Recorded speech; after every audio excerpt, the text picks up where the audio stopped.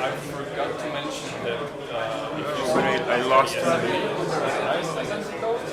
but after preprocessing, it's so didn't much more revert difficult change. to dig into the I don't see the amount. Oh, there you go. To se nahrává, já myslím, že to má nastavený, že to nahrává video server podle rozvrhu. Just drag and drop it, I guess. Všechny by se měli nahrávat, jestli Oh, but they are seeing the other way around.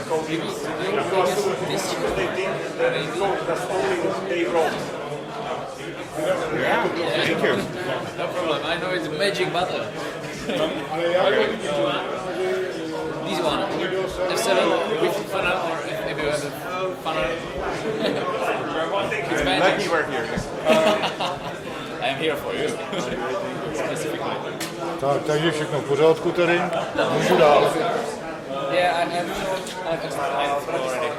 So I should tell people about these cards, or You could, or I could. you can do it. They probably know it already, but I can remind them. Yeah, you can do it. Three for you. There's just change it. Budeš nějaké věnovat? Ještě se mě někdo zeptal, tak uvidíme. Tak jo, okay. You don't have to. You can, if you like. If you like any question, if someone asks something you forget or you like here. And I won't be using a mic. There is mine. Please do not run too far from it. It is able to capture the sound around. It's no problem. But if you will walk really far, you won't catch it. Maybe somewhere over here. Okay, here, I see. It's smaller rooms, so it works.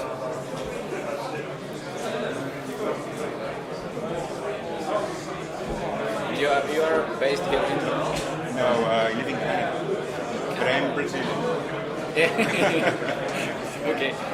I was wondering because I never seen you. I work here in the area. Oh, yeah? Yeah. What do you do? I'm in free IPA, in IDN team, identity management and Kerberos, LDAP and stuff like this. Oh, okay. Okay, cool. Okay. Yeah, I do KVM and now I'm doing Kernels. kernel. I'm really excited to hear this. Yeah, I hope so. When I saw real-time KVM, is it even possible? Yeah, that's what this talk is about. Yeah. That's the kind of question I want people wondering. I Is this know possible? that there is a real-time OS, but the real-time KVM, it's... The only detail is that I'd like to have done a better introduction to real-time because there was a real-time guy who would come here to present, Steven Rosten, but he canceled. So I had to introduce the real-time introduction to my talk because you present before. So it's not that good because it's a difficult topic, and I really want people to understand what I'm talking about. Sure, and only 40 minutes. Yeah. Could you please try if the pager is working? Paging. Yeah, perfect. Yeah, thanks. So we could solve it a bit. I think it's Martin's. Yeah, maybe. Yeah. I will take it and he will probably come back for it. Hopefully.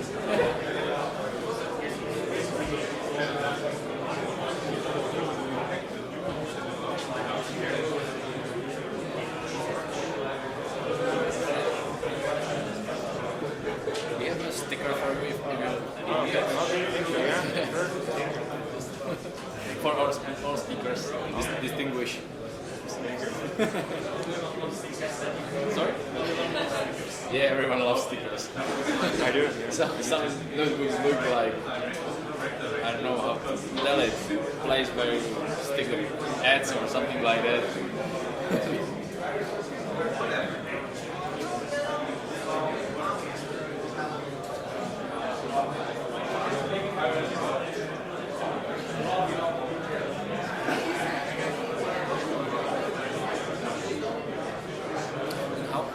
How do you work in KVM? KVM, well, I have been working for several years, but I used to work in user space. Yeah. And then I started doing kernel. So for kernel, more or less 2 years. And for user space, more or less 4 working time units. Yeah, I've seen in your description. Okay. for yeah, I know, but I don't know details of any of them. Only know the dealing with virtualization and probably all. It's the user space part of KVM. KVM has a kernel part and a user space part. Yeah. Why they are not called KVM? Yeah, it's a little bit historical, and the projects are different, so there are different set of people working on it. Yeah, but it still works together as a one tool. You probably don't use one without the other. Can we start already? Yes? Perfect. Go ahead.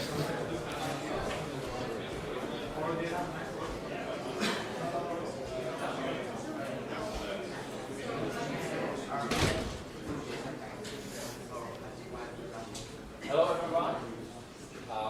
Just a quick reminder. Luiz has 3 different scars, and he could reward you for a good question. So pay attention and ask hard questions. And Not very hard. help me welcome Luiz with the ball.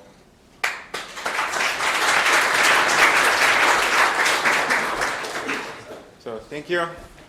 And do you hear me well? Yeah? So today I'll talk about real-time KVM. My name is Luiz. I work at Red Hat as a senior software engineer. And here is what I'm going to cover today. First, I'll give you an introduction to real-time. Then I'll present real-time KVM itself. I'll show you some testing results we have done. And I'm going to talk about how to avoid latency spikes and work that is still in progress. So what's real-time? Real-time is a little bit of a difficult topic sometimes. The most important thing that you have to understand about real-time is that on a real-time system, what really matters is the maximum time that an operation takes.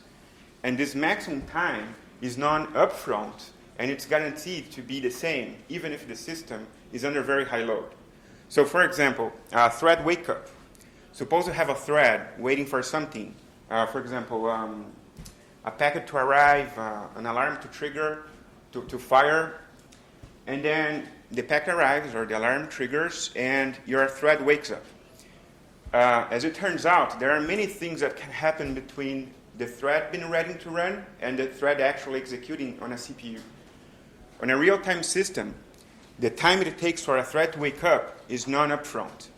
So I could tell you, well, in this real-time system, it takes 5 microseconds for a thread to wake up. And even if the system is under very high load, it's going to be 5 microseconds. On a non-real-time system, you really don't know how long it can take. It could take milliseconds. You don't know. It's unbounded. And where you are going to use this kind of system? It's usually used for workloads where missing deadlines are bad. An example of this are telecommunication networks. So, the networks that we use when we use our cell phones, so that your voice doesn't break up. Vehicle control and avionics systems usually have to be real-time. And stock trading systems also are usually real-time. And how do you do real-time on Linux? As it turns out, you need a patch. You need to patch the Linux kernel. And the patch is called preempt RT patch, which means real-time preemption. We also call it a real-time patch, RT patch, but it all refers to the same thing. So you have to patch the kernel, and then you apply this patch, and the kernel becomes a real-time kernel. This patch exists for many years. It's not new at all.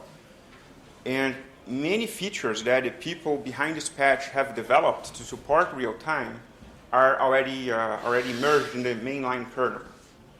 So some of the features are having RQ handlers as threads, high-resolution timers, PI, mutexes, priority inheritance, mutexes that support priority inheritance, making RCU read critical sections preemptible, and having a deterministic real-time scheduler.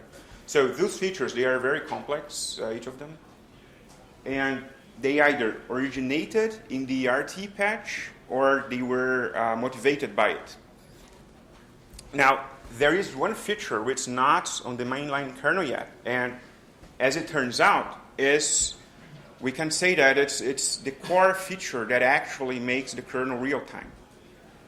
So this is, it's not actually a feature. The feature itself is a PI mutexes, but on the real-time kernel, you convert spin locks into sleeping spin locks.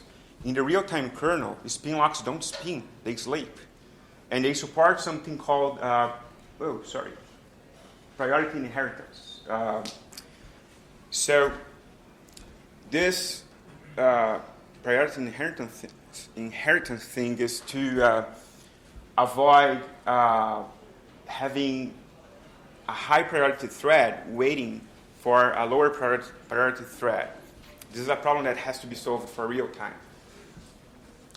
And then another thing I'd like to tell about this patch is that it's not a simple patch. We call it a patch, but it's actually a patch set with more than 200 patches. And the core thing there is this spin lock conversion. But there are other fixes that are specific for real time and are not merged yet. So the important thing to understand here is you need this patch, and spin locks are different in the real-time kernel. So we have the real-time kernel. Why do we have to make KVM real-time? Why do we have to make KVM deterministic? The short answer for this question is that by doing this, it allows you to have real-time workloads in your cloud, for example, right? You make you get all virtualization features with for your workload. But there is a more important reason for this, and it's the telecommunication industry. As it turns out, the telecommunications industry is about to go through a revolution, and the revolution is called network function virtualization. The telecommunication industry networks, the ones that are built so that we can use our cell phones, they are built with proprietary hardware and proprietary software. So this has cost issues, it has scaling issues, and the telco guys, they want to virtualize all the telecommunication networks, and they want to use commodity hardware, open source, KVM, and OpenStack. So they are, the most important driver for this feature. And okay, so what's real-time KVM? When we talk about real-time KVM, what I'm talking about? I will tell you what real-time KVM is not first. So it is not a new kernel module or a module option that when set or loaded, your VMs become real-time. It is not that. There were many kernel changes that were needed, but they are all upstream, and just a few of them are KVM specific. Most of them are fixes to get the kernel out of the way of KVM. So those changes are upstream already. So as long as you get the real-time kernel, when I say real-time kernel, I'm talking about the Linux kernel with the RT patch applied. When you get the real-time kernel in the guest and in the host, real-time KVM is really about two things. First, a BIOS configuration that is required. And secondly, it's a very specific host and guest configuration that you have to do. Let's take a look at the BIOS configuration.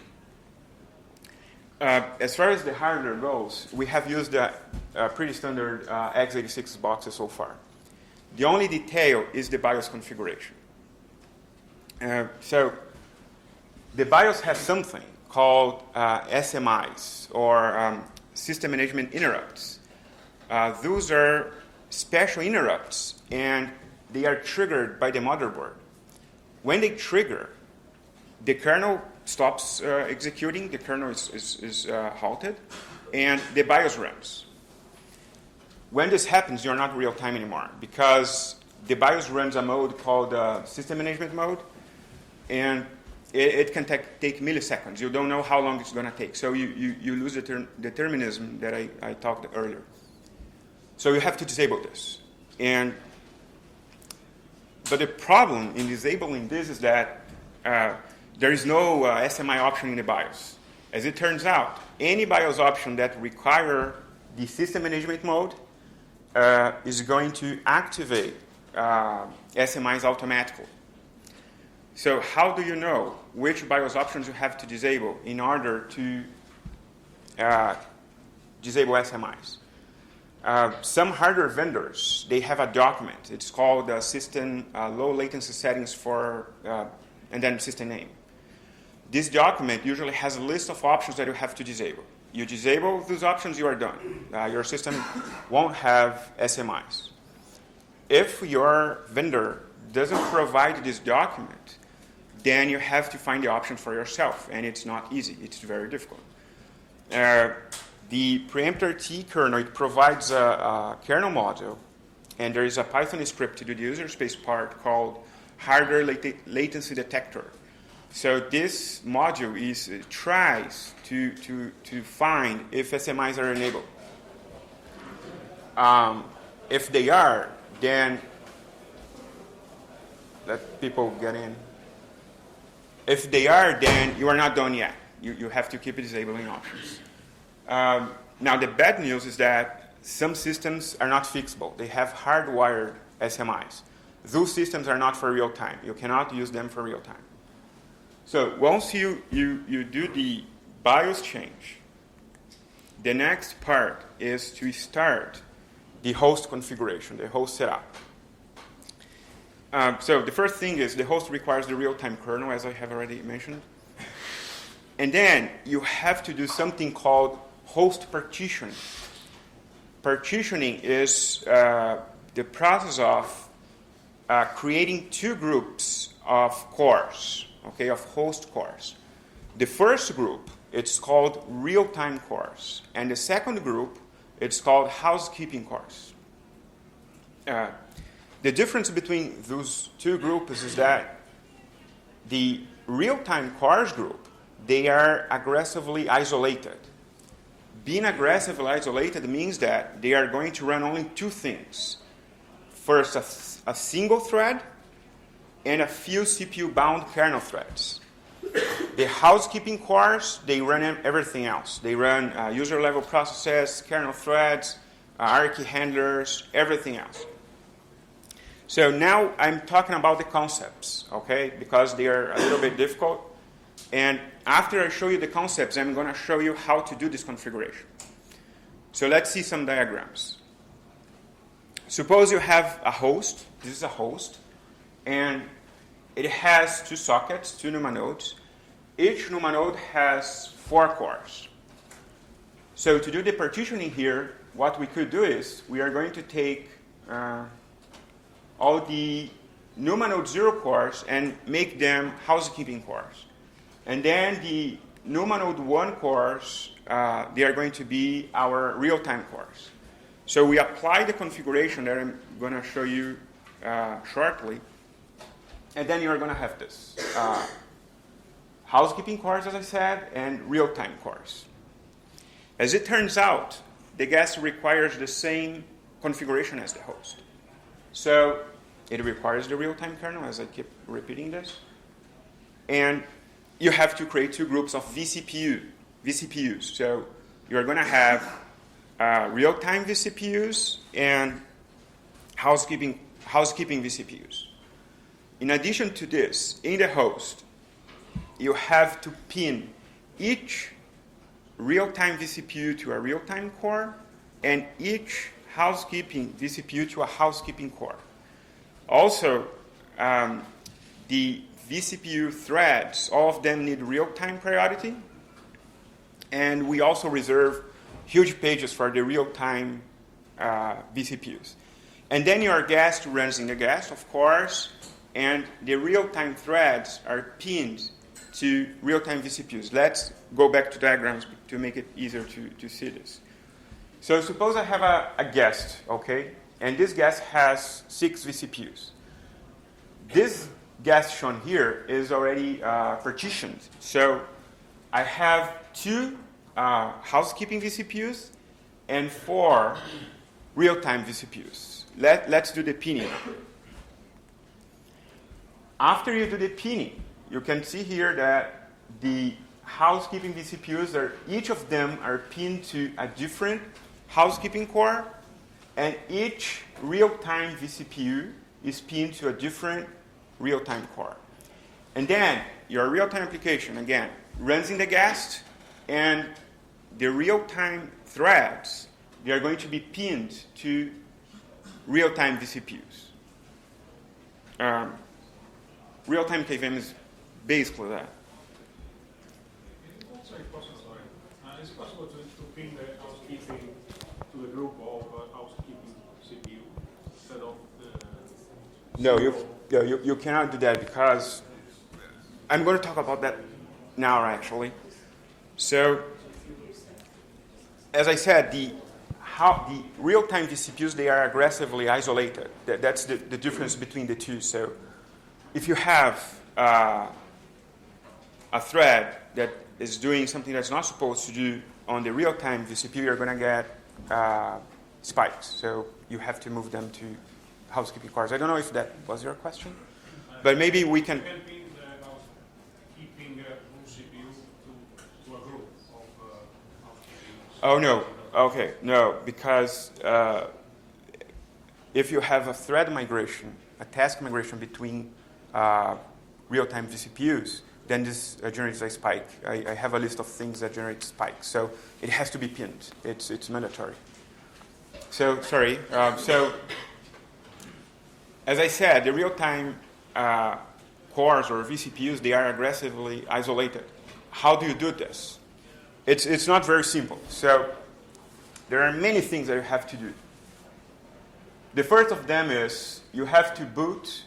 It's written host here, but it's actually the guest or the host with ISO CPUs and no hertz full. These are kernel features. So ISO CPUs, you pass a list of CPUs, and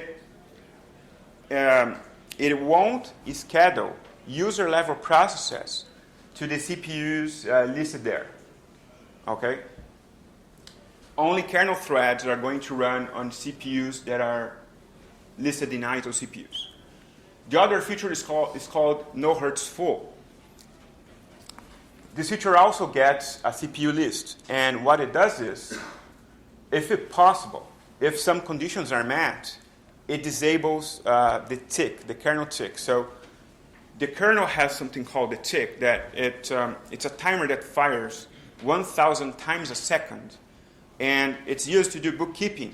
And it's an opportunity for the kernel to, for example, decide that a process has ran for too long, and now another process has to run there on the CPU. But it causes 1,000 interrupts per second. So if you get only one thread running on a core, on a vCPU, you don't need this interruption. And it's bad for real time. So with this feature, the kernel disables it. And then another thing you have to do to completely isolate core or vCPU is to move all kernel threads out of the core or the vCPU. So the kernel has a CPU-bound kernel threads. Those cannot be moved, but those usually they serve the thread that's running there. So if your thread doesn't require any service from those threads, they are not going to run. You also have to move all interrupt handlers threads out of cores or vCPUs. And then you have to do something that I'm calling run on all cores timers, because some kernel subsystems, they create one timer per core, And those timers, they do a polling. So they run at every few seconds or every few minutes. And they can interrupt your real-time application. And if you set up the system in a way that it doesn't interrupt your real-time application, it's going to starve. So you don't want any of these things to happen. So you have to disable this kind of timer. The problem is different subsystems have different ways to do this. So the MACE driver has a kernel option for it. The slab allocator does this too, and the solution here is to use slab, for example. KVM clock does this too, but we have added a new option so that it doesn't do. Sorry to say that, but if you could wait for the end of the talk, because I'm afraid about the time. I'd like to answer questions and make this a discussion, but I'm just afraid about the time. Sorry about that. Okay, so as you can see, doing the partitioning, doing this aggressive isolation thing are not simple. They are not trivial, right? The good news is we have automated all this stuff. So the automation here has 3 components. The first component is called TuneD. TuneD is a tool that implements the concept of a tuning profile.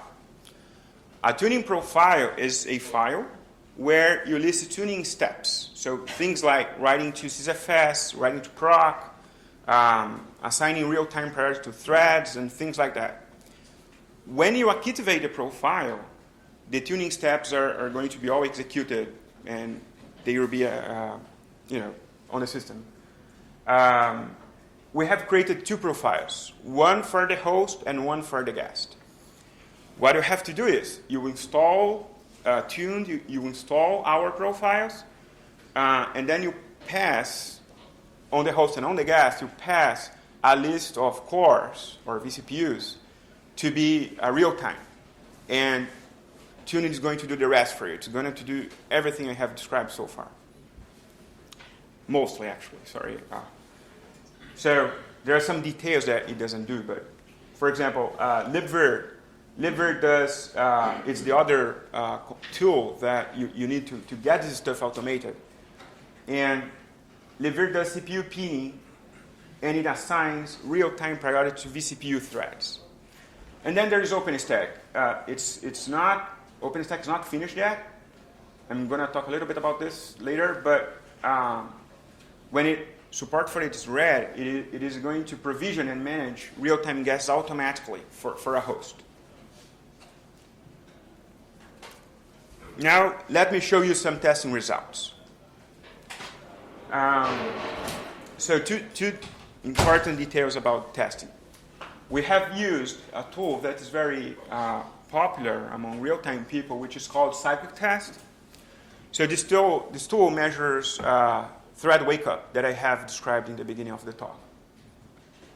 And the results shown here are against RHEL kernel, just because it's where I work and it's where I do a lot of measuring. But all the changes that we had to do for the kernel, they are all upstream. So I do expect that you are going to get the same result on an upstream kernel. So we have created 3 test cases. The first one is called single VM. In this test case, we create one VM with 2 vCPUs, one for real-time and one for housekeeping. The host is fully set up, it's fully partitioned, as I said earlier. For this test case, we run cyclic test with 1 measuring thread, and for 24 hours, the maximum result that we actually get is 11 microseconds. So I forgot to say something. Cyclic test, it outputs 3 values for you. Minimum, average, and maximum. But for real time, we care about the maximum, right? It doesn't matter much if your minimum is good. You care about maximum. That's what real time is about. So for the single VM test case, we get 11 microseconds. This means that in the real-time KVM, a thread, in the very worst case, is going to take 11 microseconds to wake up. When we started this work, it was, if you were running the real-time kernel without all this configuration, without the fixes we did, it was 80, 90 microseconds. And if you are not running the real-time kernel, it's milliseconds. So the other test case is called multiple vCPUs test case. In this test case, we create a VM with 8 vCPUs, 2 for housekeeping and 6 for real-time. In this test case, we have 6 measuring threads running, waking up, and being measured at the same time in the VM. In this test case, we have, and then you get results for all your measuring threads. So we have 6 of them, and the best result is 14 microseconds. The worst is 19 microseconds. Finally, we have a multiple VMs test case where we create 4 VMs, each of them with 2 vCPUs, 1 for real-time, 1 for housekeeping. So in this test case, we have 4 VMs running cycle tests in them, and they all do 12 microseconds. Now, to get these good results, there are some rules that the guest actually has to follow. So there are some limitations here. So the most important of them is that the real-time vCPUs, not the housekeeping vCPUs, the real-time vCPUs are not allowed to exit to user space. So vCPU thread, it usually exits to user space to do I/O. This means that the real-time vCPU, it can only do one form of I/O, and that is network I/O with a VirtIO NIC and vhost or device assignment. Otherwise, the real-time vCPU cannot do any other form of I/O. So a question that people usually ask is, okay, how do I do block I/O? Well, you can use the housekeeping vCPUs. You can pin a thread to the housekeeping vCPU to do the I/O, the block I/O. The housekeeping vCPU, it can exit to user space. But your real-time application cannot wait for it to complete because you are adding non-deterministic behavior. It has to queue and then forget about it. Another detail is, so far, we have used very minimal guests. So for bare metal, it is known that some hardwares, they generate spikes, latency spikes. So we have decided to, we don't know if this is possible, if this is going to happen with guests, but we decided to create very small guests.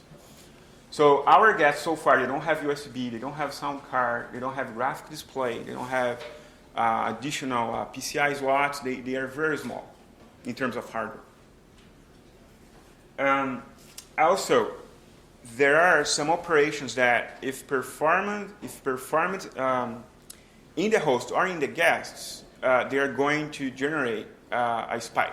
They cause latency spikes. So, for example, CPU hot plug. You cannot do CPU hot plug or unplug in the host nor in the guest. The loading of kernel modules or unloading also used to generate spikes, but I think this is getting fixed or is already fixed. As a guess, it was your question, I guess. You cannot have task migration between isolated vCPUs or isolated cores because this generates a spike. So threads have to be pinned. Page faults or swapping are really disallowed in real time because they generate spikes. And the host has to use stable TSC. This is required. Now, this is my last slide. So, work that is still in progress. There is a new feature in Intel CPUs called cache allocation technology. This feature allows you to reserve a portion of the L3 cache to threads. As it turns out, we need this for real-time KVM because with this feature, we can have real-time vCPUs and real-time real-time vCPUs and real-time vCPUs and housekeeping vCPUs sharing the same sockets. Otherwise, if you don't have this feature, then an application running on a housekeeping core could trash the L3 cache, and this will generate a spike. So this allows you to reserve a portion of the L3 cache to the real-time vCPU, and in the end to the real-time thread. Patches have been posted for this feature, but they are still in discussion for the kernel. This is a kernel feature. The other thing that we are doing is we are measuring network I/O latency, and we are doing migration measurements. The network I/O latency that we are measuring, we tried to create a test case that is probably going to be useful for the telecommunications network. So we create a test case where we have a VM, and it's running a DPDK application that does packet forwarding. So we measure what is the latency for a guest doing packet forwarding. For this test case, we are using OVS and DPDK in the host, and as I said, the application that does the forwarding is a DPDK application. And finally, there is OpenStack support. I'm not completely up to date to this, but a lot of features that we need on OpenStack are already merged, but there are some bits that are missing, and this is being worked out right now. So that's it. I hope you enjoyed. I know it's a bit difficult topic, but that's it. You have questions? Lots of questions. So we're going to need more scars. Go ahead. Your question, your slide 16, I think, with the results you measure it's latency, right? It is wake-up latency. We're measuring how long it takes when a thread. What second test does is this. A thread sets up a timer and it goes to sleep. When the timer fires, it wakes up. So it measures how long it took from being waking up to actually running. And this is 11 microseconds. So you don't have the same result without VM, so you compare? That's a very good question. It's 1 microsecond, 2 microseconds. Okay. Yeah.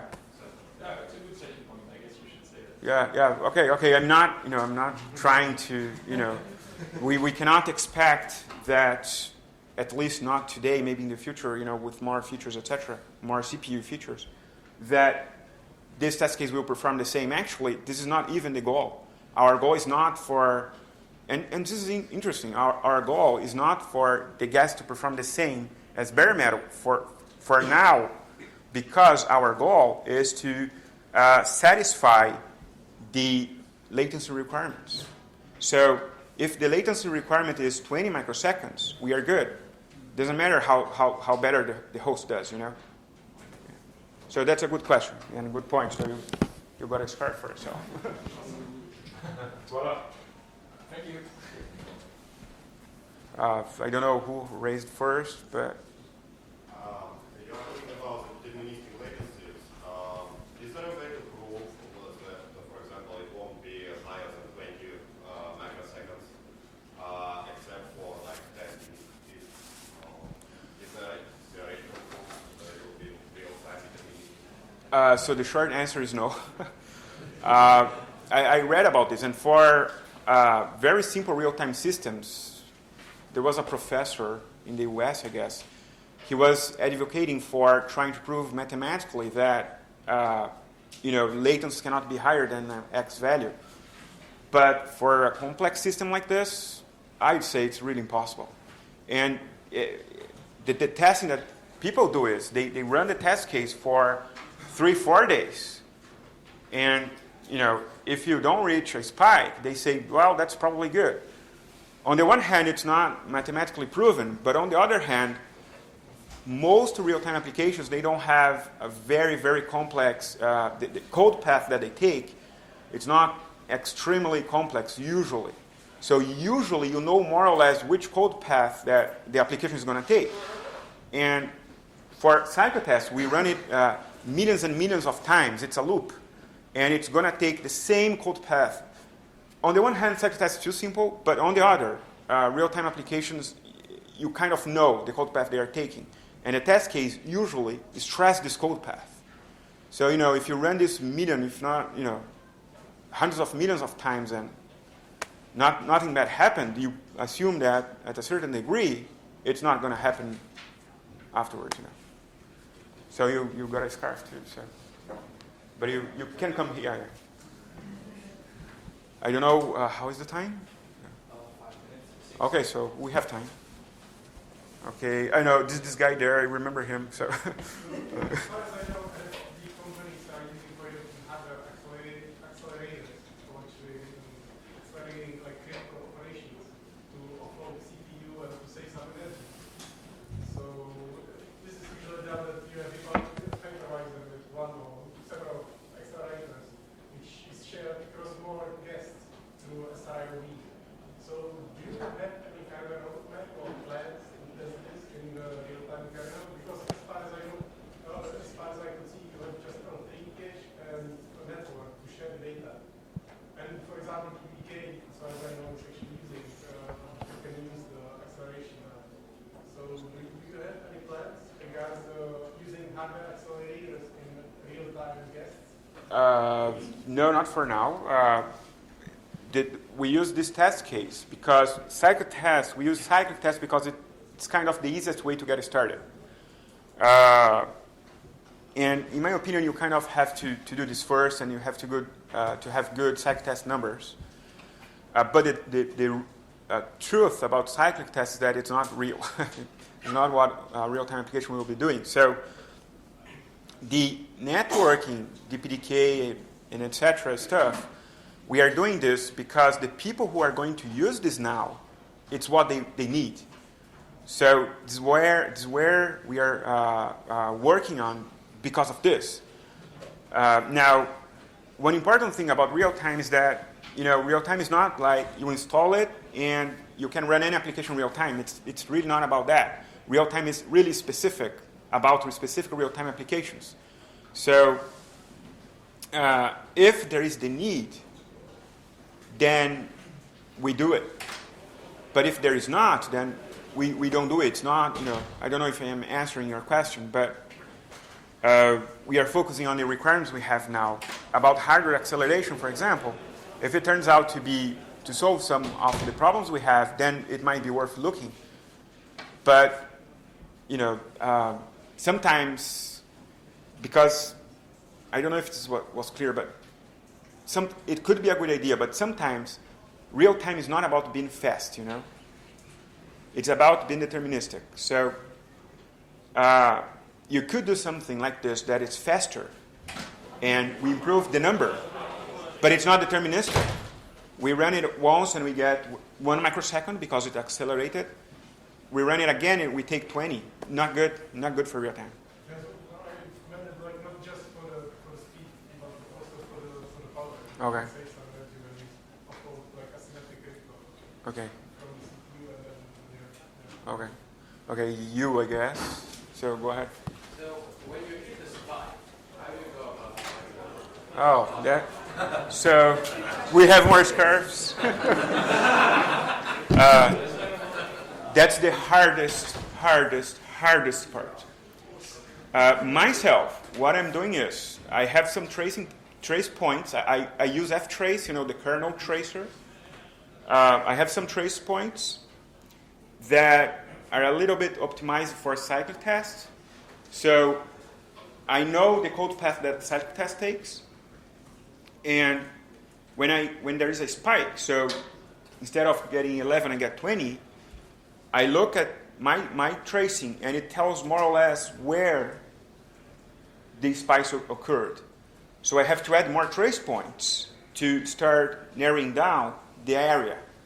And then eventually I find it. And it already took 3 days, 4 days to find a spike. And usually it's a bug.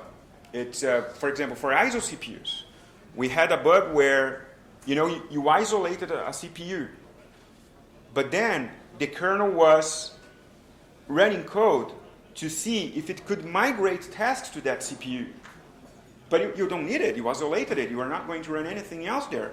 So you're not supposed to be doing this. So this was fixed. And this generated a spike, a 10, 12 microsecond spike. Can you say just a word about those architecture? Okay, go ahead. Just a word about those architecture. So we are testing on x86 for now. This is kind of new work. It's more or less a little bit more than 1 year. But I have been talking to an ARM guy, a guy who works with ARM, and the telcos are interested in ARM. So he told me that at some point, real-time KVM and ARM are going to cross ways. Out of time. So you had a question. Sorry, you had a question? Yeah. Don't you have a problem with cache notation?